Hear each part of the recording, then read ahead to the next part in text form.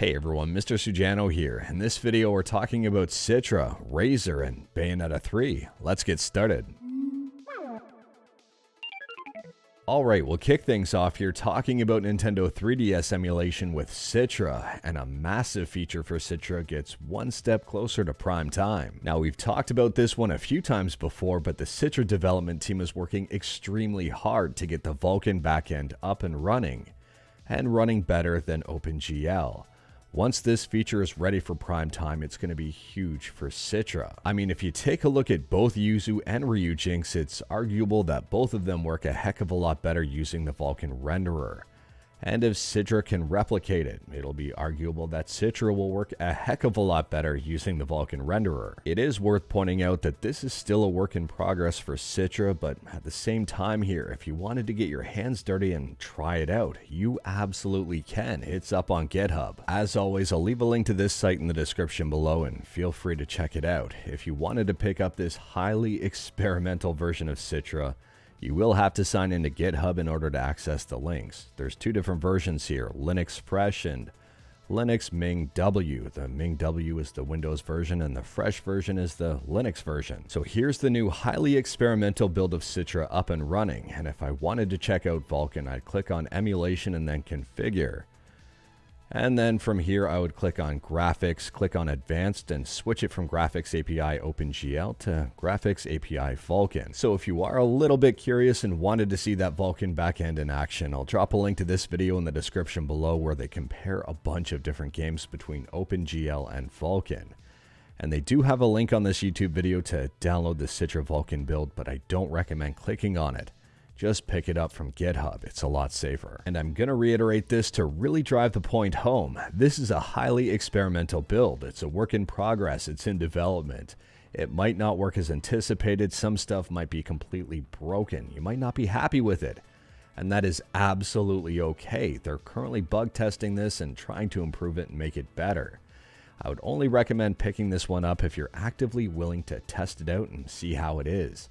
Other than that, don't be downloading this one thinking it's going to be better than the current version of Citra out there. Be patient, it will take time, but when it's ready, it will be released. And I'm assuming it's going to be a pretty darn big release at that. And next up here, we're talking about the Razer Edge. And we had talked about this one before when Razer teased it. And today they unveiled it with the specs and also the pricing. And this device is extremely interesting. It's been getting a lot of mixed reactions, even from myself. So there's a total of 3 different versions for the Razer's Edge. We've got the Wi-Fi version, the Founders Edition, and the 5G version. We know the pricing of 2 of these. The Wi-Fi edition is $400 and the Founders Edition is $500. No price on the 5G version. The CPU on the Edge is going to be the exact same for all 3 devices. The Snapdragon G3X Gen 1, which should deliver some pretty darn good performance, especially for the price. The RAM on this is the exact same between all 3 devices, 8 gigs of DDR5, which is well more than enough for your emulation needs and probably your Android gaming needs. Looking at the specs alone on this device, and it completely blows the Logitech handheld out of the water. It's not even close. The price to performance ratio on this one does seem pretty darn good if you're into Android emulation and into Android gaming. The problem I see, well, I see 2 different problems. First and foremost, it's priced the exact same price as the base level Steam Deck. The Steam Deck is going to be way better than this.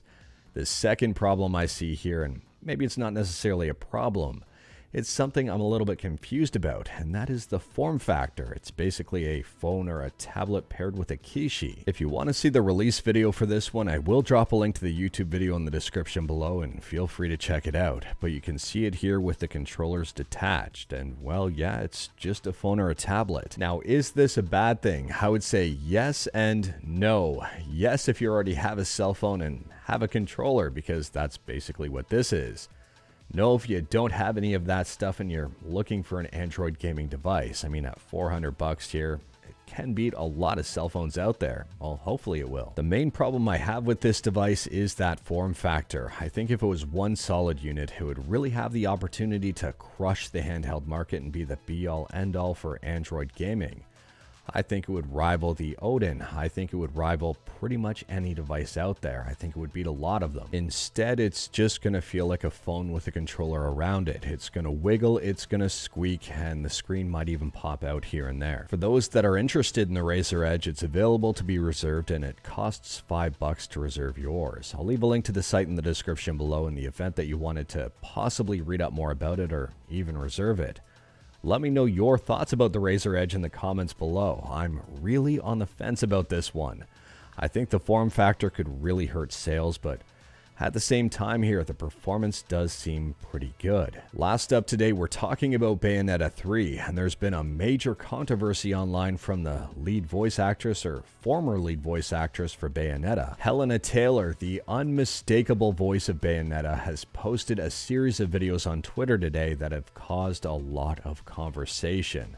I'll leave a link to them in the description below in the event that you do want to check them out, and I do recommend checking them out. To sum things up at a really high level, she's not working on Bayonetta 3, and she's calling for a boycott of the entire game, asking people not to buy it and to donate their money to charity instead.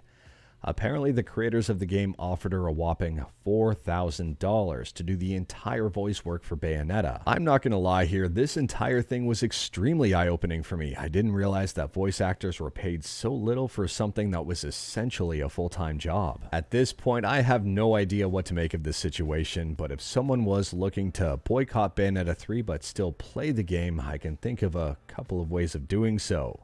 One of those ways may be to pick up the game used. At that point, it's already been bought and sold, and picking up the used copy of the game doesn't necessarily directly help the developer, not that I'm aware of. But anyways, that is all I've got for you in this one. Straight to the point, all stuff and no fluff.